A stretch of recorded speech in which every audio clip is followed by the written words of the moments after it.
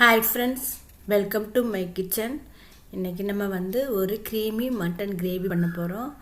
நல்ல வித்தியாசமான ஒரு ரெசிபி. கண்டிப்பாக ட்ரை பண்ணி பாருங்கள். வாங்க எப்படி பண்ணலான்னு பார்க்கலாம். மட்டன் அவ்வளோ க்ரீமியாக ரொம்ப நல்லாயிருக்கும் பாருங்கள். நான் 1/2 kg மட்டன் எடுத்துருக்கிறேன். நல்லா கழுவி சுத்தப்படுத்தி எடுத்து வச்சுக்கோங்க. குக்கர் வச்சுக்கோங்க. குக்கரில் நல்லா 2 டேபிள் ஸ்பூன் அளவுக்கு எண்ணெய் விட்டுக்கோங்க. பட்டை, கிராம்பு, ஏலக்காய், மிளகு, சீரகம் கொஞ்சம் கொஞ்சம் போட்டால் போதும், ரொம்ப தேவைப்படாது. ஒரு வாசனைக்கு தான், இதெல்லாம் நிறைய போடாதீங்க.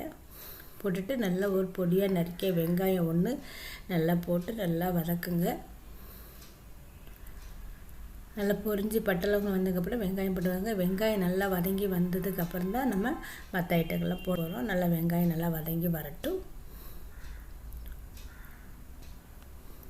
ஃபஸ்ட் டைம் இந்த வீடியோ பார்க்கணும், லைக் பண்ணுங்கள், ஷேர் பண்ணுங்கள், கமெண்ட்ஸ் கொடுங்க. வீடியோ பிடிச்சிருச்சுன்னா சப்ஸ்கிரைப் பண்ணுங்கள். இப்போ நல்லா வெங்காயம் நல்லா வதங்கினதுக்கப்புறம் 2 டீஸ்பூன் அளவுக்கு ஜிஞ்சர் கார்லிக் பேஸ்ட் போட்டுக்கோங்க. இஞ்சி பூண்டு பேஸ்ட் போட்டுக்கோங்க. கருவேப்பிலை கொஞ்சம் போட்டுக்கோங்க. அதையும் போட்டு நல்லா வதக்குங்க.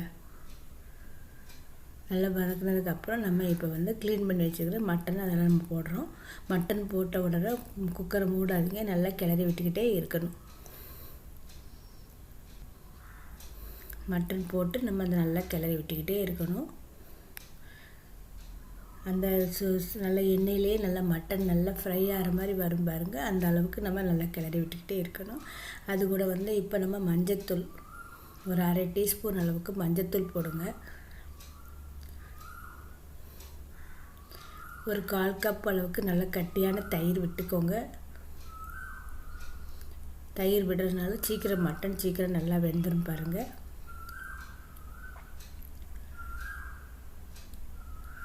நல்லா திருப்பி நல்லா கிளறி விடுங்க. தேவையான அளவு உப்பு போட்டுக்கோங்க. மட்டனுக்கு தேவையான அளவு உப்பு போட்டுக்கோங்க. திருப்பி நல்லா கிளறி விடுங்க. பாதி நேரம் பாதி அந்த எண்ணெயிலேயே அந்த நல்லா மட்டன் வெந்துடும் பாருங்கள்.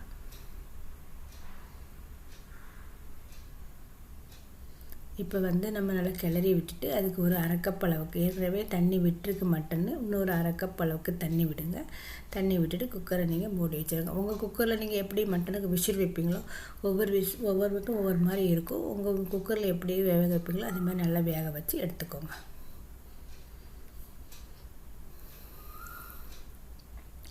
பாருங்கள், மட்டன் நல்லா வெந்துட்டு பாருங்கள், சாஃப்டாக இருக்குது.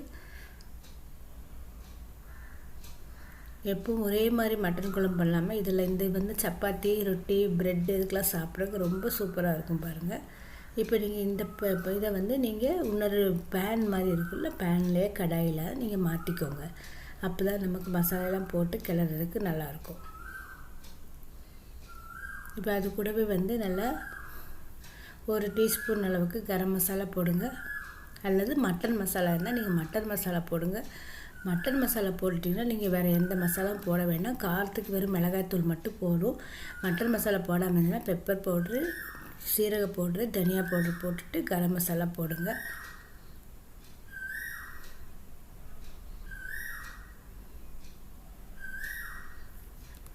மிளகுத்தூள் போட்டுக்கோங்க. இதுக்கு காரத்துக்கு நம்ம அதை தான் போட்டிருக்குறோம்.